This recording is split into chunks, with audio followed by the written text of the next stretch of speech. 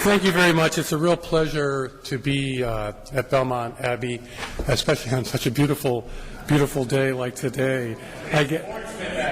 Portsmouth Abbey. Oh yeah, ooh. Well, hey, come on. There should be no, you've seen one Abbey, you've seen them all. No, boo. But in the brotherhood of the Benedictine tradition. At least I didn't say I was at a Dominican. Right. Right. I got to get myself out of that hole. Well, I want to talk today about Pope Francis's sort of diplomatic profile.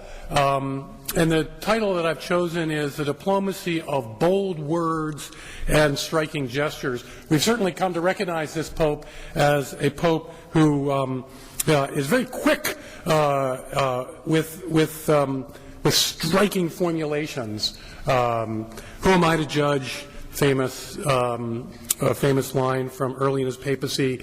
Proselytism is nonsense. We've already heard about that. So he's a person who arrests our attention, and not just with words, but with actions. He has arrested the attention of the whole world with his words and actions. And in this sense, his celebrity status is, I think, in continuity with the way that John Paul II transformed the papacy and made the papacy into kind of a global ministry, not just to the global Catholic Church, but to the whole world. And the fact that his recent encyclical on the environment is addressed to, I think, as the term in the document is to everyone living on Earth, that is in continuity with a tradition that began with John the 23rd and the Second Vatican Council. So what I want to do today is I want to provide a larger historical context for Francis's diplomacy, speak about some specific aspects of things that he's done, and then I'm going to conclude by talking about the encyclical on the environment, which is clearly an intervention into what may become one of the most important kind of global issues facing us in the coming generation. So the history. Start with the history. By my reckoning, Leo XIII was the first modern pope, and he is the architect of modern Catholicism. Leo XIII was elected after the death of Pius IX, I think in 1879, or maybe 1878. Thank you, Father Roger. 1878. And he's remembered today often for Rerum Novarum, the encyclical from the 1890s that laid out the principles by which Catholics should think about the reform and renewal of society with the proper relations between labor and capital. But I think it's important to realize that this outwardly turned teaching in Rerum Novarum, it's the Church teaching the world, offering the world moral guidance, that this outwardly turned moment of teaching was not Leo's main project. It was instead an inwardly turned legal and diplomatic project that I think he should be remembered for. It was his most important project. I mean, basically, Leo inherited a Vatican bureaucracy that was organized around the primary purpose of administering the papal states. The Pope was a temporal ruler, and I think actually Leo XIII was an administrator in one of the minor papal states in the 1830s or 1840s, early on in his clerical career. And this reflected the fact that the Catholic Church's bureaucratic and organizational life was intertwined with secular power in Europe. And the expulsion of the Church from the Papal States in 1870 is emblematic of the expulsion of the Catholic Church from the halls of power in the European capitals. And so it was the separation of the Church's sacred function from its connection with political function. We know about the fact that, many people don't know that German principalities were ruled by the cardinal archbishops of those principalities. So, and that lasted until the unification of Germany in the 19th century. Conversely, secular power was deeply involved in church affairs. I think probably almost every nation in Europe had a system in place where the secular ruler had a say in who the local bishops were. Whether that meant that the secular leader would appoint bishops that were approved by Rome, or whether Rome would appoint bishops that were approved by the secular authorities, there was this interrelationship between the two. And in fact, Pius X was elected in 1903 to succeed Leo after his death because Franz Joseph, the Austro-Hungarian emperor and the head of the Holy Roman Empire, exercised his right of veto over the front runner. So it's the last time that occurred, where a secular ruler could veto a choice for pope. He did it through a cardinal who had gotten advance notice that if so-and-so looks like he's going to be elected, use I can't remember what the Latin is for this right that the emperor had to veto the pope. So the 19th century represented a time period when this world was coming undone. This integral world of church and state was coming undone. And it's in this context that the 1878 Declaration of Papal Infallibility in the First Vatican Council should be seen. It should be understood as a declaration of independence from secular control, the assertion that the Pope is the highest authority over the church militant. I think we don't often recognize that that's in the context of the church asserting its identity vis-a-vis a new secular world. It's a declaration of independence from secular control. And Leo XIII continued that campaign for independence in three basic ways. And these three ways constitute what I would regard as his fundamental diplomatic project or his fundamental project in the constitution of modern Catholicism. One, he launched a revision of canon law. And this was a very important project, was only completed in 1917, because prior to the 1917 Code of Canon Law, the affairs of the legal life of the church was a patchwork of laws, many of which had their origins in the medieval period and had their sources from secular authority. And so the church had to constitute itself with its own law so that it could be an independent polity, an independent state that governed itself according to its own laws. And so he launched that project. He promoted Thomas Aquinas as a patron of modern Catholic theology. And in effect, just as canon law gives the church its own law, his affirmations of Thomas Aquinas as a kind of the go-to guy for Catholic theology gave the modern Catholic Church its own independent intellectual culture that didn't have to depend on modern secular thought for its concepts or categories. So an independent legal system, an independent intellectual life. And then the third initiative, which is more directly related to diplomacy, is he began a long diplomatic process of securing concordats, or basically treaties, with the modern nation states, first in Europe and then throughout the world. Interestingly, there is no concordat with the United States of America, but there's concordats with, I think, almost all European nations. These concordats established the terms on which the Church, which is now an independent political entity in Leo's reconstitution of the Church, the concordats established in law how the Church is going to relate to society and how much the proper nature of what the state is going to do for the Church and what scope the Church has to pursue her mission in society. Now, it seems to me that if we look back, all three of these initiatives, independent law, so the Church can be it can be its own society, take up space in the world. It's its own polis, its own laws, its own intellectual life, and then a carefully clarified relation to secular power, that all three of these initiatives, it seems to me, define the Catholic project up and through World War II.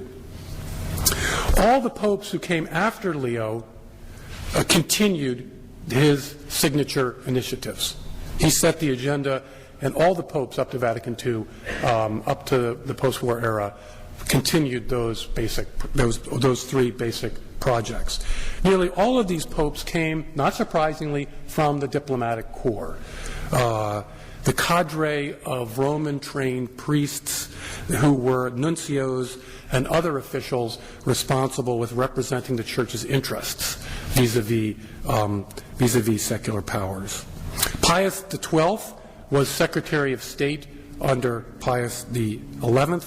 Paul VI was Secretary of State under Pius XII. These were inside men who were committed to pursuing and completing Leo's project. So as I see it, we get Pius IX, who I think reflects whose long papacy reflected the kind of trauma of the Church's engagement with new modern democratic culture. Leo establishes a game plan about how the Church is going to relate to modern secular culture and society, and the Church pursues the Leonine project for 2 generations, with success, I believe. Now, John the 23rd was a Vatican diplomat, as I said, and he was most famous for stabilizing the Church in France after World War II. And he did so by strong-arming the collaborationist bishops who were part of the Vichy regime. He strong-armed them to resign, because if they hadn't resigned, there was a good chance that the French government was going to force them to, and that would represent a disastrous precedent where secular power could have control over who was and was not bishop. And the Vatican did not want that to happen. That would have been a regression back to the pre-Leonine days. And so one of his greatest achievements was to use his remarkable skill as a negotiator with these bishops, basically, to get them to resign. But I think it's fair to say that when he became Pope, he turned the diplomatic profile of the Church in a different direction. And he was the one that reoriented the Church away from its internal project towards an outer external project. This is not a complete change. Obviously, as I said, Rerum Novarum was a teaching to modern European society. The Church had many diplomatic efforts trying to influence public affairs. So it wasn't a complete change, but it was a reorientation from the inner project to an outer project. And I think in Pope John the 23rd, the papacy began to assert itself more clearly as the conscience of the world. And it's in that context that bold words and striking gestures became a favored means of achieving these outward diplomatic goals. Mater et Magister was an encyclical by John the 23rd on economic justice and development. Pacem in Terris was about the establishment of a just order globally that could maintain peace. And of course, the boldest gesture of all was the convocation of the Second Vatican Council. Now, the outward turn of John's pontificate was possible because the Leonine project was largely successful. I think Leo succeeded, and his successor succeeded in establishing the Catholic Church as an independent, living social organism, independent of the modern European secular state. It was a successful project. So, in some sense, it was completed. And I think John the 23rd, the Church, if you will, had the luxury of turning outwardly to address the world from a position of confidence. And I think that this is epitomized in the concluding document of the Second Vatican Council, Gaudium et Spes, the Pastoral Constitution on the Church in the Modern World. It reflects the outwardly turned pastoral vision of Vatican II. It presumes that there's a vital body called the Church that can enter into partnership with men and women of goodwill everywhere, in order to make modern secular societies better, to build a better future for mankind. That strikes me as the vision of Gaudium et Spes. The Church is a vital living body. It can engage the secular world and nurture in that secular world the positive developments and guide them towards their greater fulfillment. So in a certain sense, the basic thrust of Rerum Novarum, which was an attempt to guide Europeans, the European societies that were in the late 19th century being torn apart by the conflicts between labor and capital in the explosive transformations of the industrial age, that the Church wanted to guide that conflict, moderate that conflict, and guide it towards a just and fruitful peace. And so, similarly, I think we could say that the thrust of Rerum Novarum became the major rather than the minor note of Vatican diplomacy in the post-Vatican II context. And so it's after Vatican II that the Pontifical Council for Peace and Justice, or maybe that's the Pontifical Council for Justice and Peace. I think it's Justice and Peace. It was then that Pontifical Council was established.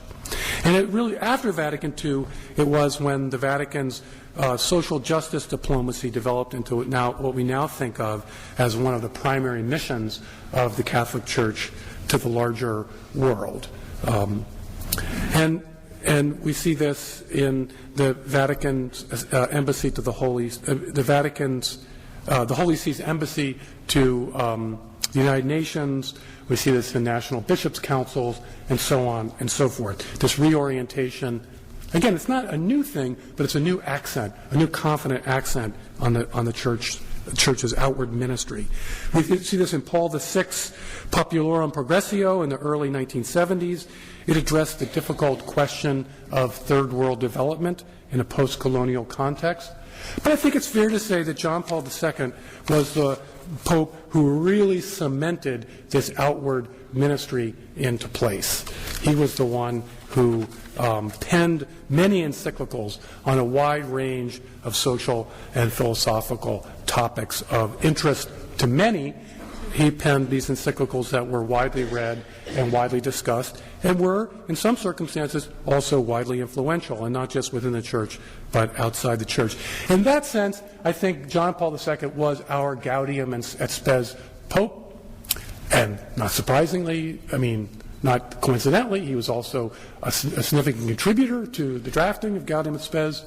So I think it's natural to me that we should think of him as not so much John XXIII initiating a turn, Paul VI continuing it, John Paul II cementing it into place as the primary way in which we think about the Church's engagement with contemporary society.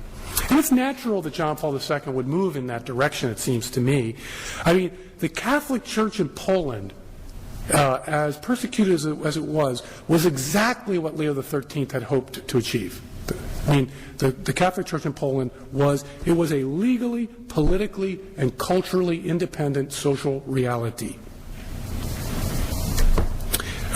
It was probably the only independent institution in the entire society, which is partly the source of its power. So Wojtyła had a very firm place to stand, all credit due to Leo XIII for establishing a clear place to stand, and he could use that place, he could stand in a place firmly and then challenge communism. And John Paul II was also important because he understood the power of bold words and striking gestures. As I had said at the outset, in some ways he was John XXIII too. Throw open the windows of the church. Those were memorable words. And then John Paul II as well. His trip to Poland in 1979 was a very powerful gesture, and it turned out to be an effective one. There's a story that Stalin once said after World War II, when Vatican diplomats were trying to resist Soviet domination of Eastern Europe. He supposedly quipped, "How many divisions does the Pope have?"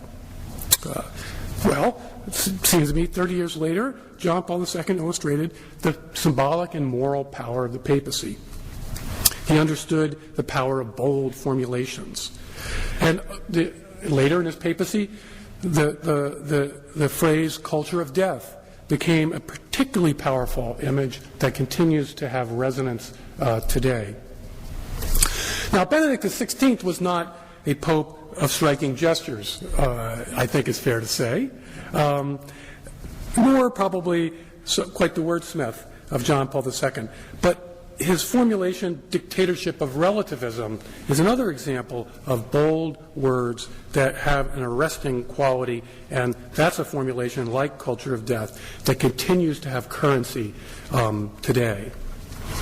So, it's against this background or history that I think we need to consider Pope Francis and his diplomacy.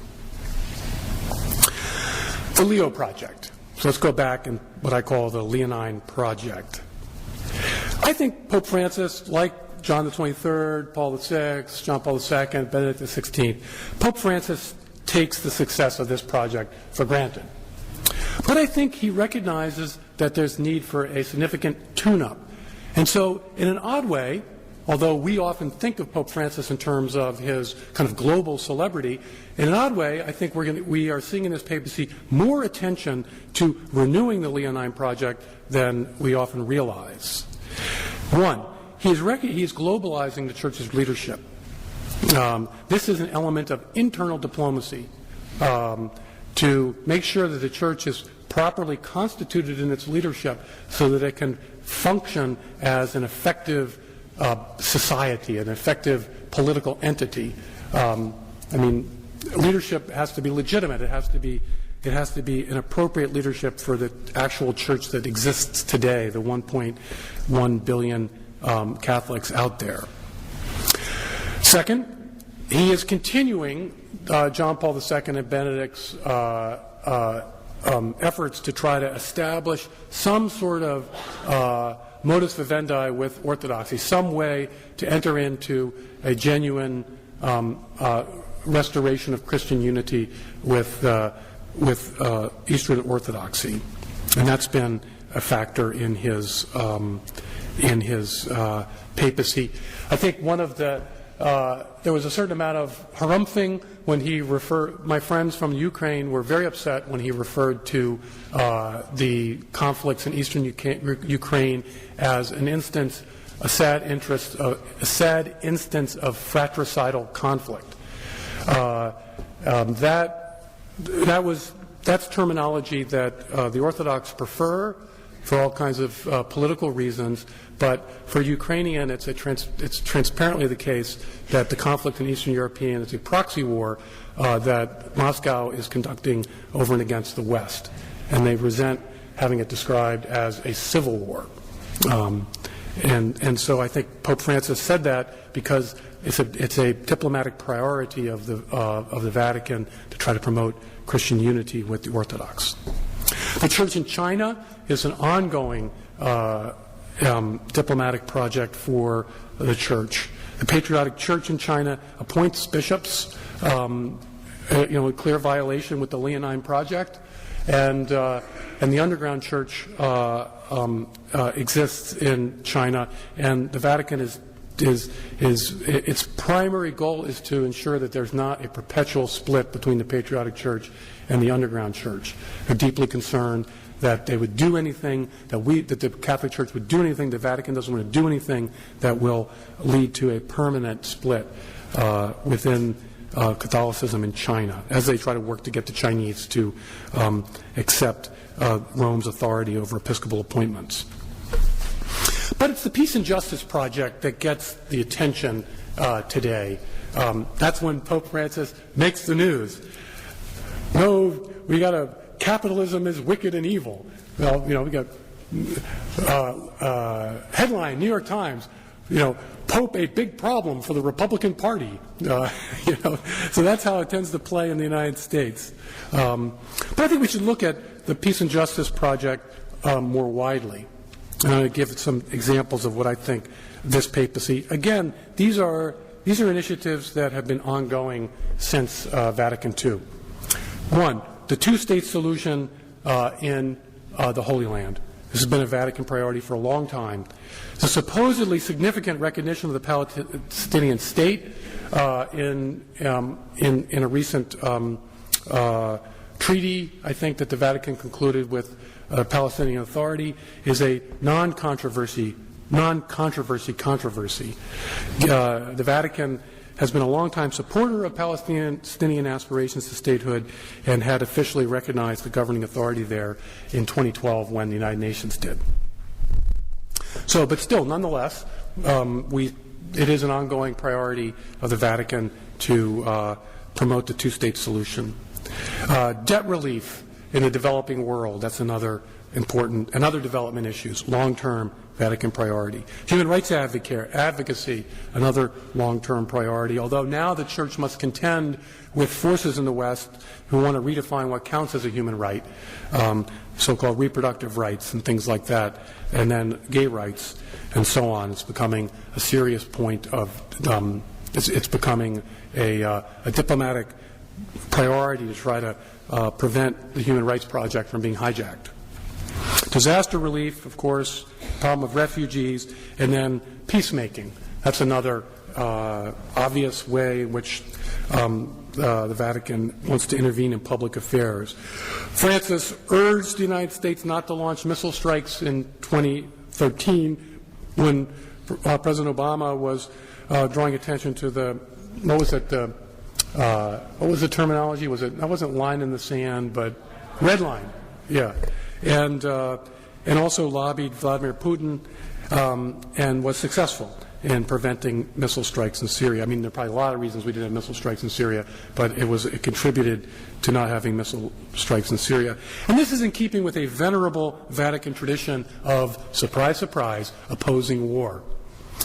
John Paul II, for example, urged against our 2003 invasion of Iraq.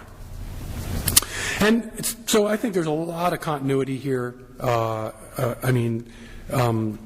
Really I see nothing but continuity in the sort of peace and justice diplomacy being carried forward by the Vatican under his leadership.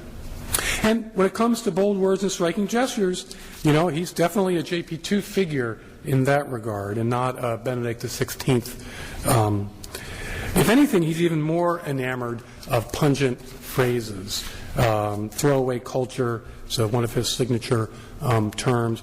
And there are lots of sharp words coming from this pontiff. As I observed to a friend of mine, who am I to judge?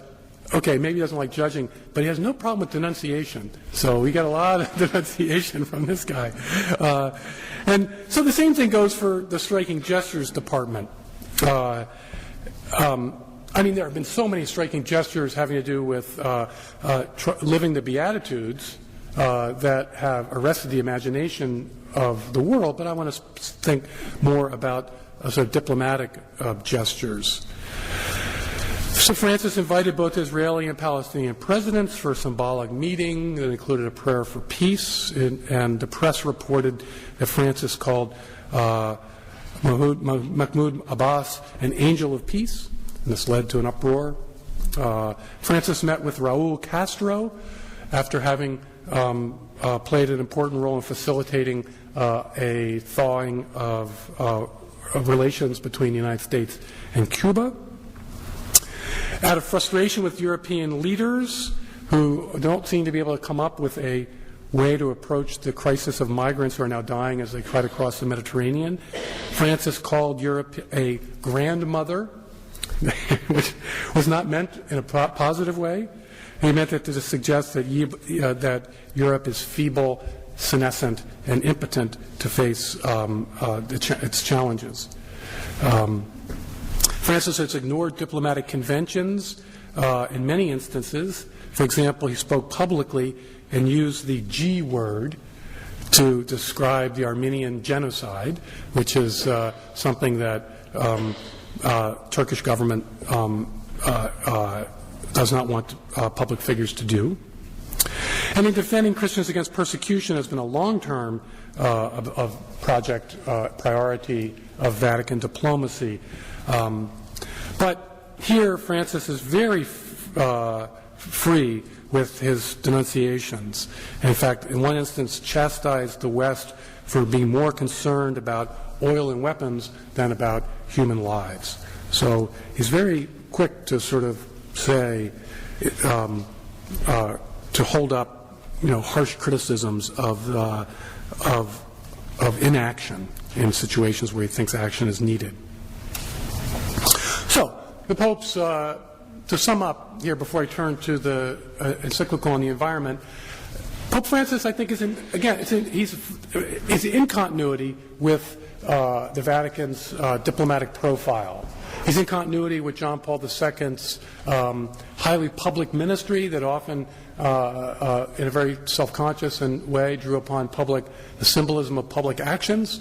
And he certainly has John Paul II's gift for pungent phrases that he's pursuing.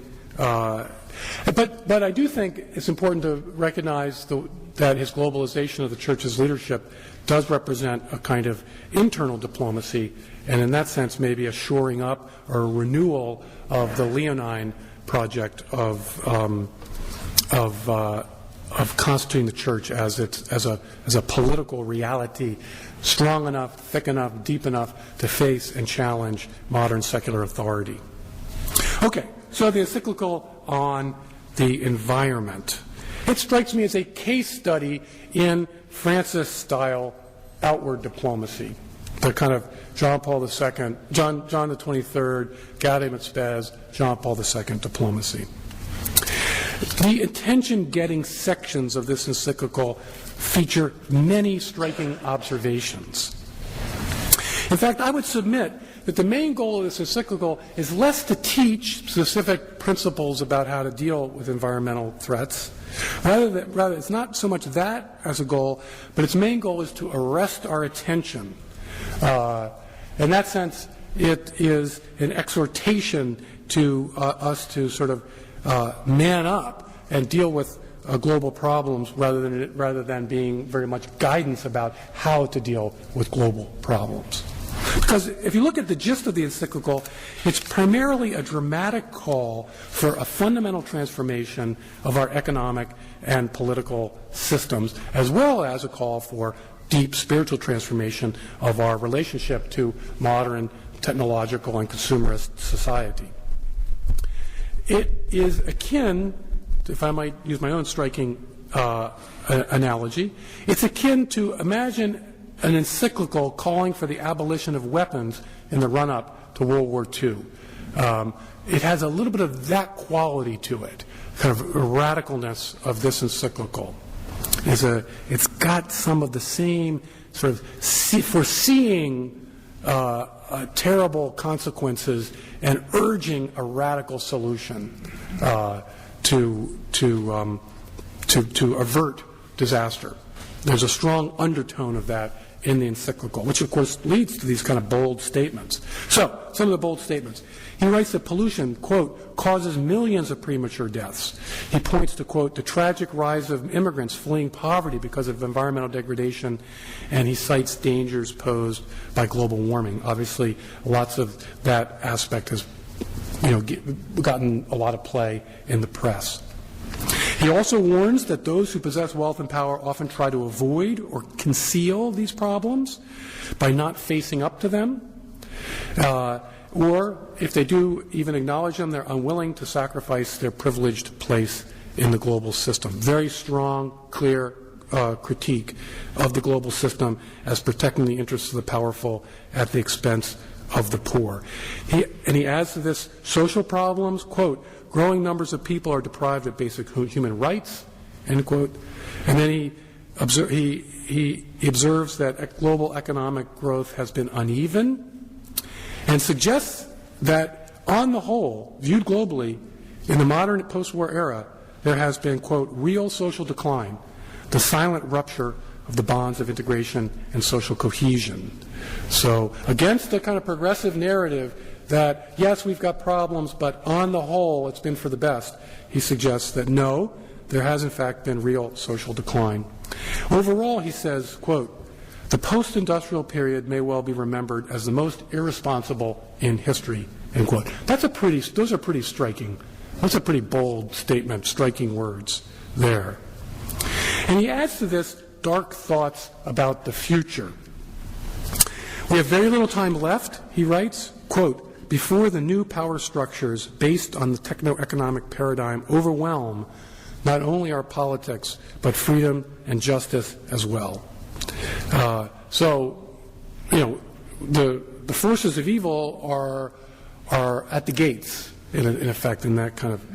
And he says elsewhere that our politics, quote, our politics are subject to technology and finance. So there's a sort of, I say, a sense that a moment of crisis. We're at a moment of crisis. There's very little time left to take action.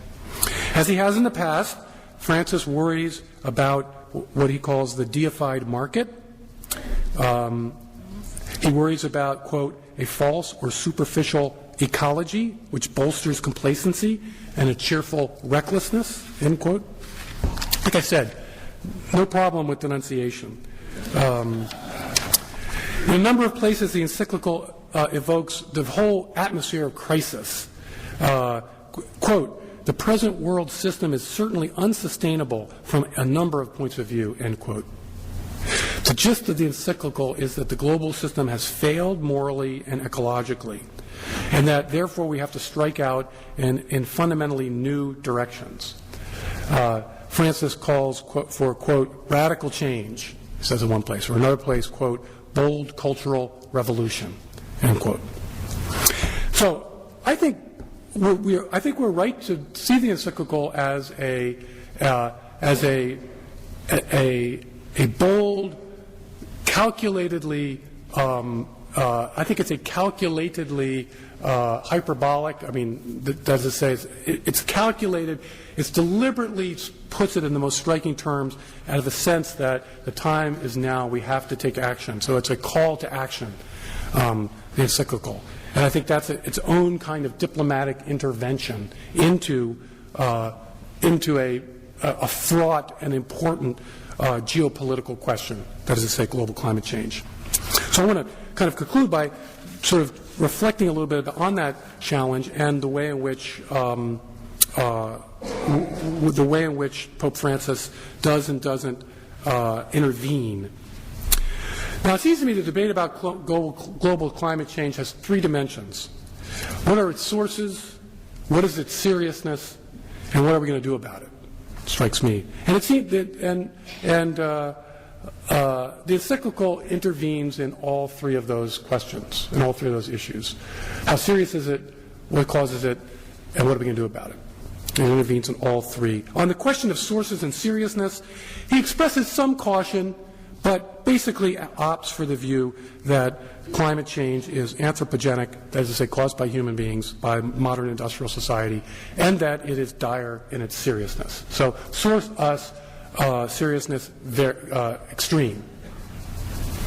Now, the dire view holds that we have about 50 years to bring greenhouse gas emissions to zero, which means no use of fossil fuels.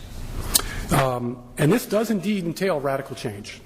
The costs, by one estimate that I've read, the costs are likely to be astronomical, something like $100 trillion over the course of 50 years, which is 1 year's global GDP, which is more than 1 year's global GDP at the current rate. Our global GDP is around $75 to $80 trillion at present. So it seems to me that this drives the answer to the what to do about it question. So I think this encyclical intervenes into the debate about the source of global climate change, it intervenes to the debate about its seriousness, and it intervenes into the debate about what we're supposed to do about it. Everything is connected. That's kind of a mantra in the encyclical.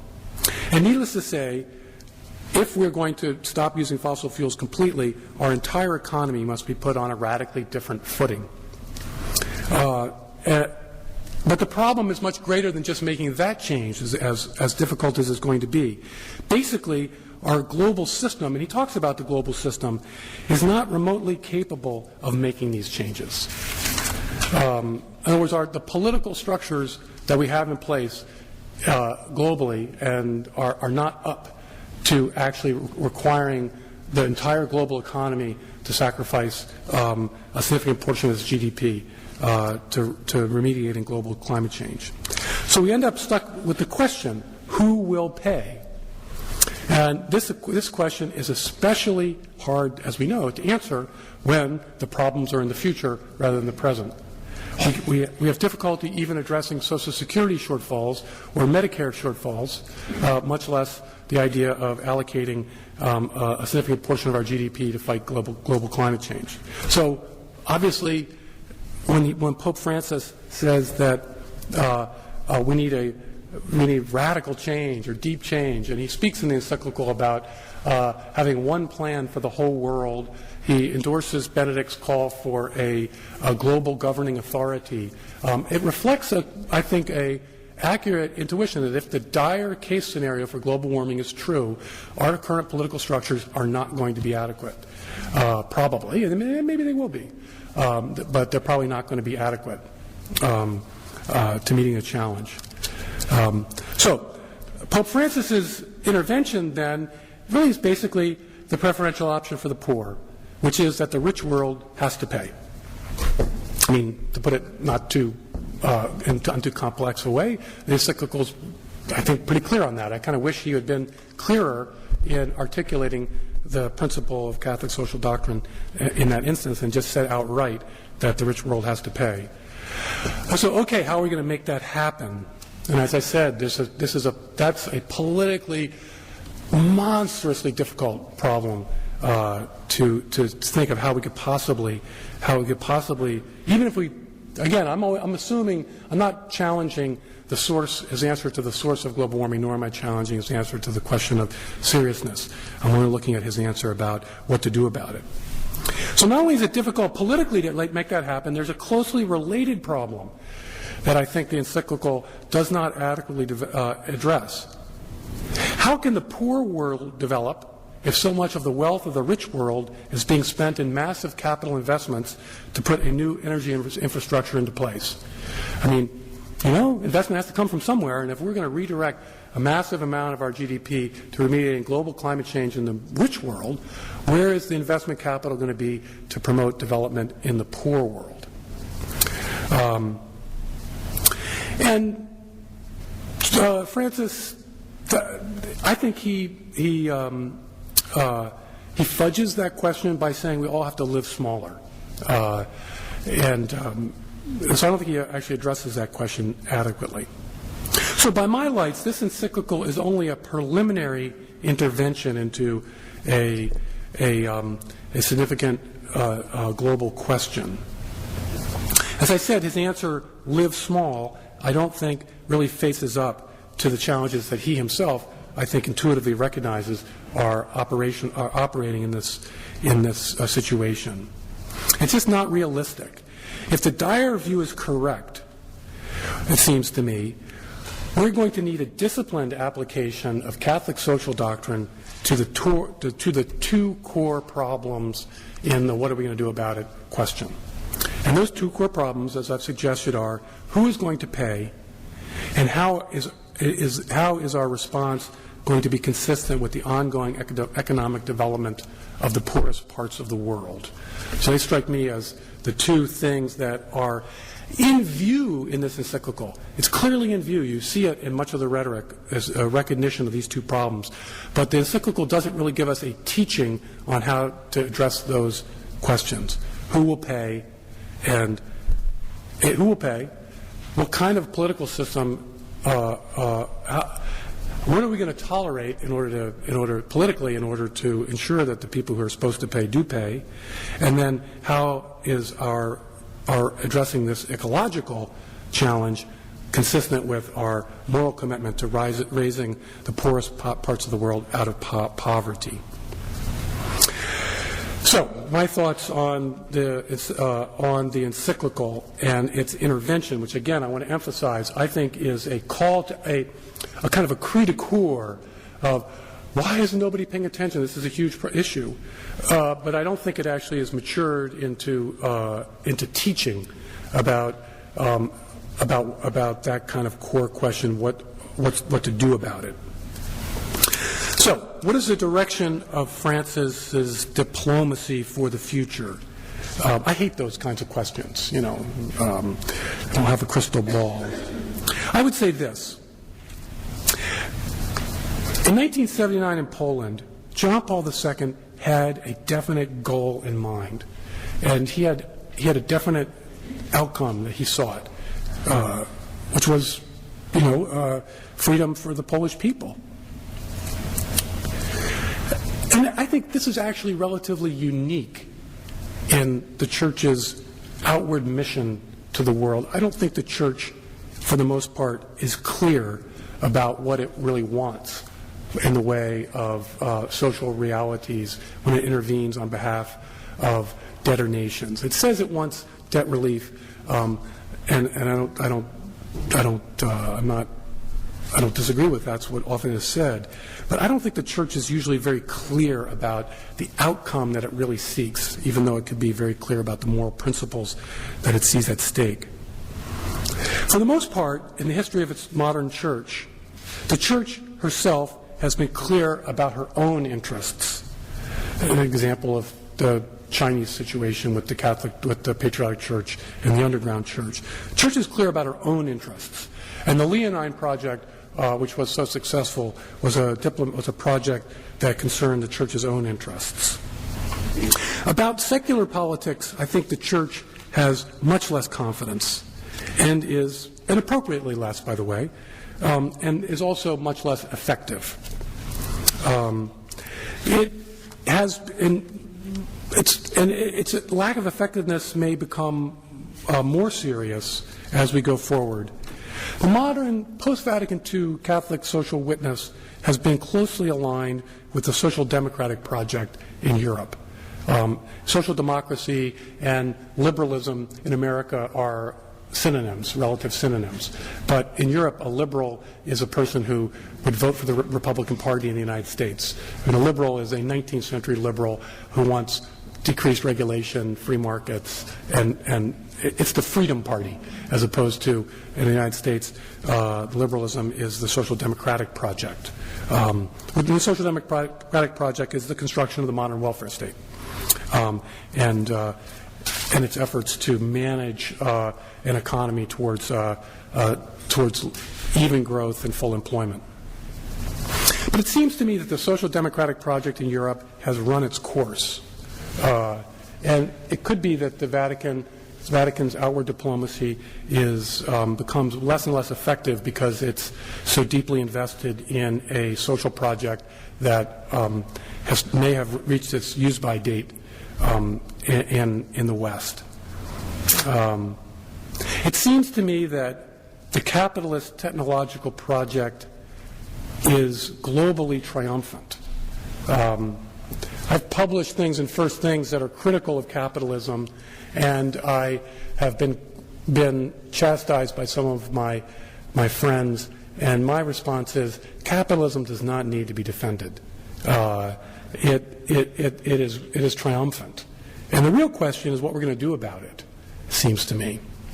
And it seems to me Francis's first encyclical is a halting attempt to speak about what we're going to do about the social reality, now global, that free market capitalism and its closely related scientific technological project is the dominant global system. And that it seems to me it's a tentative first step, of which I have many criticisms, some of which I think you probably recognized in my presentation. It's a first attempt for us to just get our arms around what this global system really is. So I think we've yet to do that, and this encyclical, I believe fails to really get its arms around what this global system is.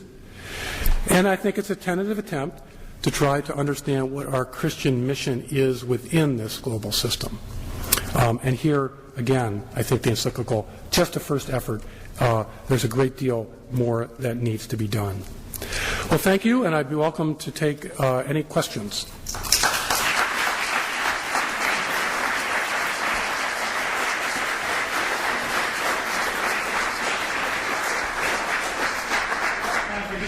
question, so make it good. Thank you for your presentation. I have a question about. Yeah, my question concerns and I haven't read the encyclical, so thank you for your thumbnail sketch of it. That's very helpful. And it concerns Pope Francis's proposed solutions running in the direction of massive expenditures by rich countries, and also running in the direction of altering the political structures we operate under. And it seems to me that, take this very briefly, take the situation of Greece right now. They're under tremendous political and economic pressure. They have the rest of Europe making all sorts of political and economic demands on them. They've become less democratic, and they've become a lot less rich as a result of these demands. And it seems to me that if America goes down the path the Pope is sketching, we're going to end up as a gigantic version of Greece. We're going to have tremendous amounts of our money being sent out of the country, and we're also going to have tremendous amounts of our democracy and political power being sent out of the country. And it seems to me that it'll break this country economically and politically. And just to give you an idea of the nightmare scenario I'm sketching out here, if this country transfers a tremendous amount of political power to the United Nations, there will be armed rebellion in this country. Right. I think that shows you like I said, I tried to. Catholic social doctrine, it seems to me, has three core principles. Principle of human dignity, principle of solidarity, principle of subsidiarity.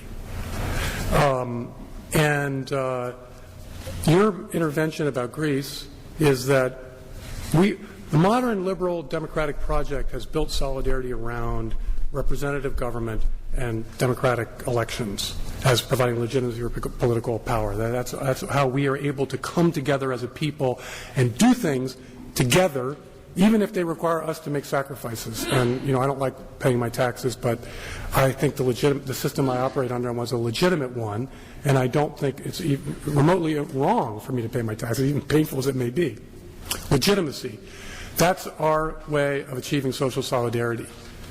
The EU is a project that is it's experimenting with a different model of social solidarity. To be frank, I think the EU project is solidarity based on a kind of quid pro quo.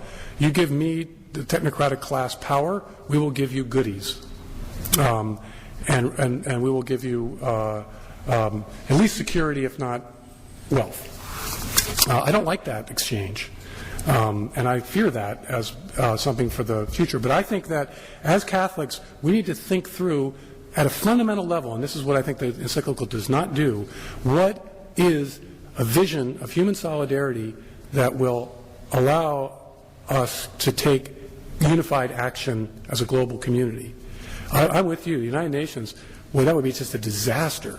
When I hear one plan for the whole world, I feel vaguely nauseous. But this is something that may be necessary, if not for these sorts of problems, but for other issues in the global system. We have a global economic system. It's very dangerous to have an economic system without counterbalancing political authority that's sort of robust enough to counterbalance the economic dimensions. And then subsidiarity, which is how is this larger global solidarity consistent with people actually taking responsibility for their own lives and being engaged in a project of meaningful self-government. So I think these are very deep questions that the encyclical hints. As a reader of the encyclical, I see these as glaring problems, which is why I reacted to the encyclical almost completely negatively. Even though my negative reaction was primarily one of, well, if this is true, we're going to need to really address these kinds of key core questions that the Catholic traditional social teaching provides us with, but has never been applied to these kinds of questions. Does that make sense? Thank you.